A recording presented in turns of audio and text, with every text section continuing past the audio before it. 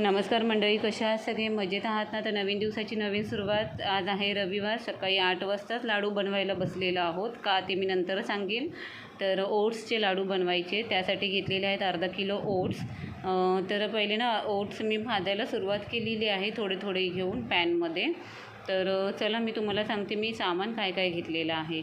तर हे आहे पौष्टिक लाडू ओट्सचे आणि विथ ड्रायफ्रूट्स घेतलेले आहे.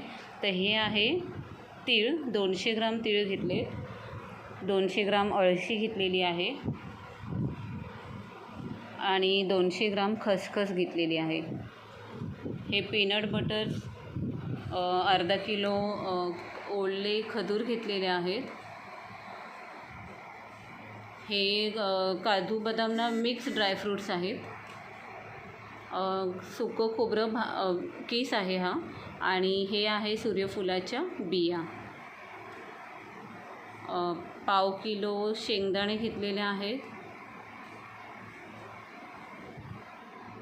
अंजीर ना असे बारीक काप करून घ्यायचे आहेत.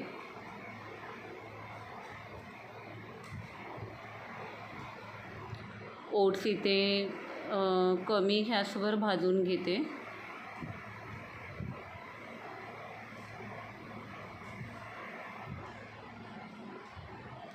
तर थोडासा ओट्सचा कलर बदलल्यावर मी एका घमेल्यामध्ये ते काढून ठेवलेले आहेत. आणि ओट्स भाजून झाल्यानंतर मी त्या पॅनमध्ये काजू भाजायला घेतलेले आहेत. आणि हे आहेत मिक्स ड्रायफ्रूट्स. ॲक्च्युली हे रोस्टेड आहेत, तर जास्त भाजायची गरज लागणार नव्हती. त्यानंतर काजूनंतर मी बदाम भाजायला घेतलेत.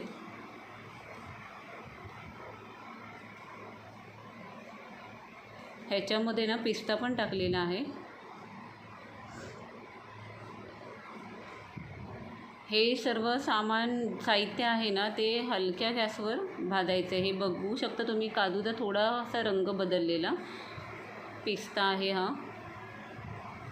आणि हे पण काजूमध्येच काढून ठेवायचं आहे.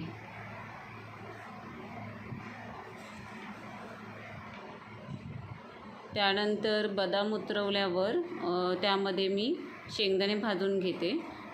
इथे ना अंजीरचे जसे तुकडे केलेत ना तसेच काळा मनुका घेतलेला आहे, त्याचे पण असे तुकडे करणार आहे. या सूर्यफुलाच्या बिया त्यात भाजून घेते. शेंगदाणे भाजून काजू बदामच्या ह्याच्यामध्ये टाकलेले आहेत, मिक्स केलेले आहेत आणि ते आता थंड करायला ठेवणार.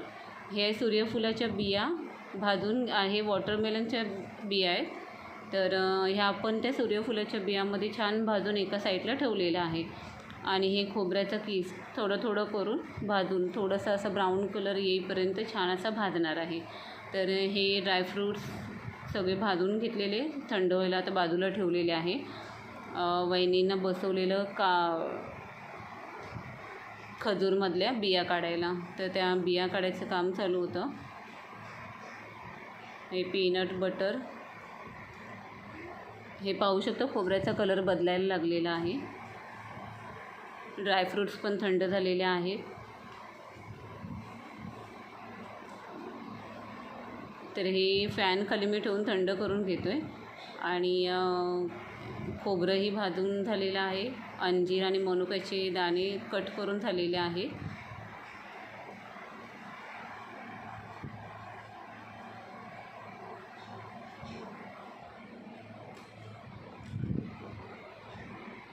तर हे ना आता खसखस गॅस बंद केला आहे आणि गरम पॅनवर खसखस भाजून घेतलेली. खसखस, तीळ आणि अळशी हे पण भाजून एका साईडला ठेवून द्यायचं आहे.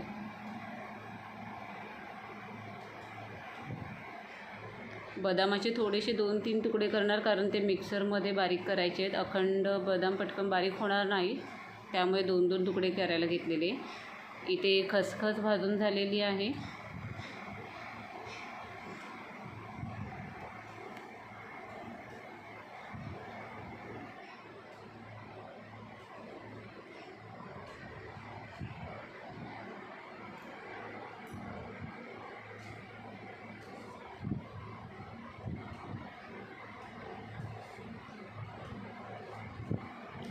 तर हे भाजता भाजता आमच्या गप्पा गोष्टी चालू होत्या, श्रेयाच्या एंगेजमेंटच्या पण. अळशी भाजायला घेतलेली आहे आणि शेवटी 1 चमचा तूप घेऊन जे अंजीर आणि मनुके कट केलेले होते ना ते फक्त थोडेसे असे त्या तुपामध्ये फ्राय केलेले आहेत.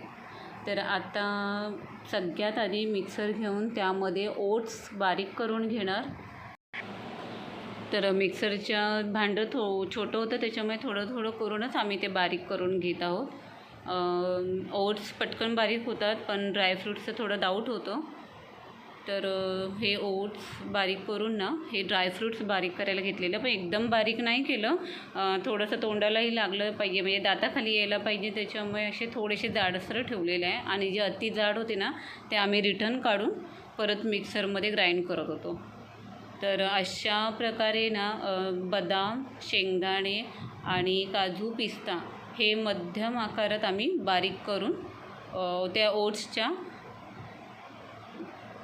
डिशमध्ये घेतलेलं आहे. म्हणजे जसं आपण सगळं बारीक करू ना तर ती सामग्री सगळे एकत्र करत जायची आहे. जे मध्ये जाड येत होतं ना ते आम्ही बाजूला काढत होतो थोडे करून आणि मिक्स करून बारीक करून घेत होतो.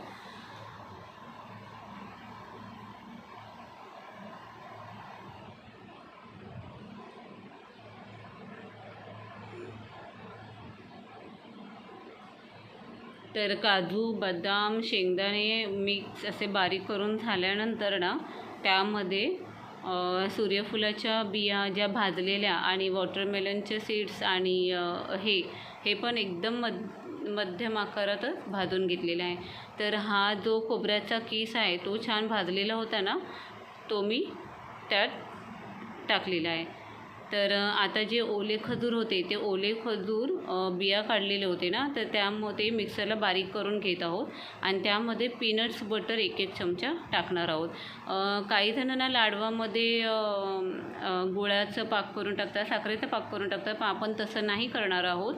तर ते खसखस आणि तीळ ते पण मिक्सरला बारीक करून घेतलेले आहे. सूर्यफुलाच्या बिया, वॉटरमेलनच्या बिया पण बारीक केल्या आणि ते टाकून घेतलेलं त्यात. आणि जे हे ब्राऊन कलरचं साईडला दिसतं आहे ना ते पीनट बटर आणि ओले खजूरचा जो मिक्सरमध्ये केलेला गोळा त्याच्यामध्ये हे लाडू वळवलेले आहेत. तर अशा प्रकारे हे लाडू तयार झालेले आहे. तर व्हिडिओ कशी वाटली ही कमेंट्समध्ये नक्की सांगा. Thank you so much.